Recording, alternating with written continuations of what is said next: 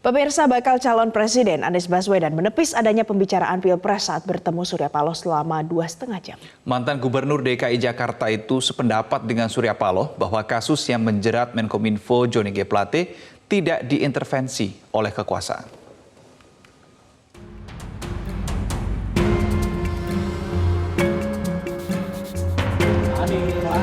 Mantan Gubernur DKI Jakarta Anies Baswedan mendadak mendatangi Nasdem Tower pada Rabu malam, beberapa jam setelah Kejaksaan Agung menahan Menkominfo Johnny G. Plate atas kasus dugaan korupsi proyek BTS.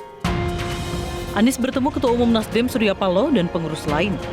Dalam pertemuan yang digelar secara 2,5 jam itu, Anies menceritakan tentang sikap dan prinsip Surya Paloh terhadap masalah yang tengah dihadapi Nasdem.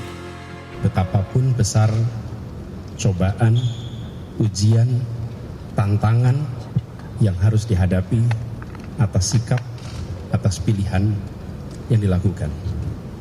Malam hari ini saya menyaksikan dari dekat dan saya bangga.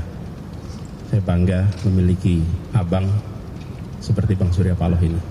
Saya menyaksikan dari dekat pribadi-pribadi yang tak bergeming, pribadi-pribadi yang memilih untuk teguh dalam sikap, memilih untuk menghadapi ini semua, cobaan, tantangan yang muncul atas konsekuensi keputusan-keputusan dengan keyakinan bahwa Tuhan, Allah Subhanahu wa Ta'ala akan berpihak kepada kebenaran. Tantangan besar insya Allah bisa dilewati bila keyakinan itu ada. Bismillah, jalan terus. Oke, itu aja. Makasih ya. Siap. Ya, makasih. Makasih Pak Anies.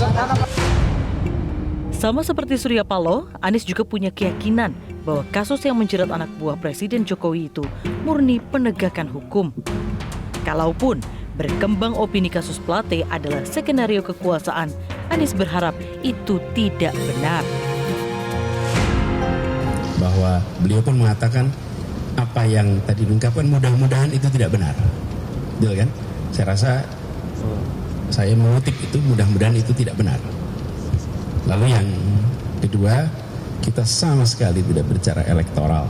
Kita bicara prinsip, kita bicara nilai, kita bicara tentang mengapa kita berjuang, mengapa mengambil jalur ini. Jadi sama sekali tidak bicara soal itu. Itu menjadi urusan remeh-temeh. Urusan kita lebih besar daripada sekedar jumlah suara, daripada persentase.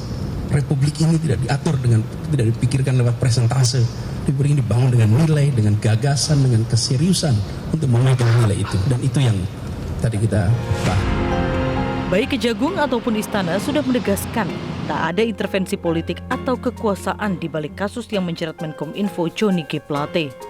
Namun, mantan Wamenkumham Denny Indrayana menilai sebagai sebuah opini kasus yang menjerat Plate sulit untuk dipisahkan dengan nuansa politik. Apalagi, belakangan Presiden Jokowi menganggap bahwa Nasdem sudah memiliki koalisi sendiri. Kalau penegakan hukum anti korupsinya kepada siapapun tentu harus kita dukung dan berdasarkan dua alat bukti yang sah.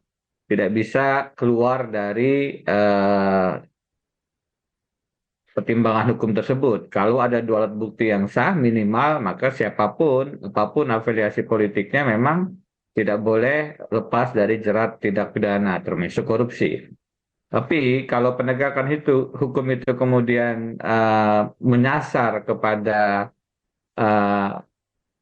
oposisi, lawan politik, dan tidak tajam kepada koalisi, kawan politik, itu yang kita sayangkan. Nah ini yang terakhir ini akan mudah dibaca oleh publik bahwa ini adalah bagian dari tekanan kepada Partai Nasdem yang sudah berpisah jalan dengan Presiden Jokowi dalam pemilihan Presiden 2024. Sekalipun opini itu masih berkembang, Partai Nasdem yang jelas menghormati proses hukum di Kejaksaan Agung.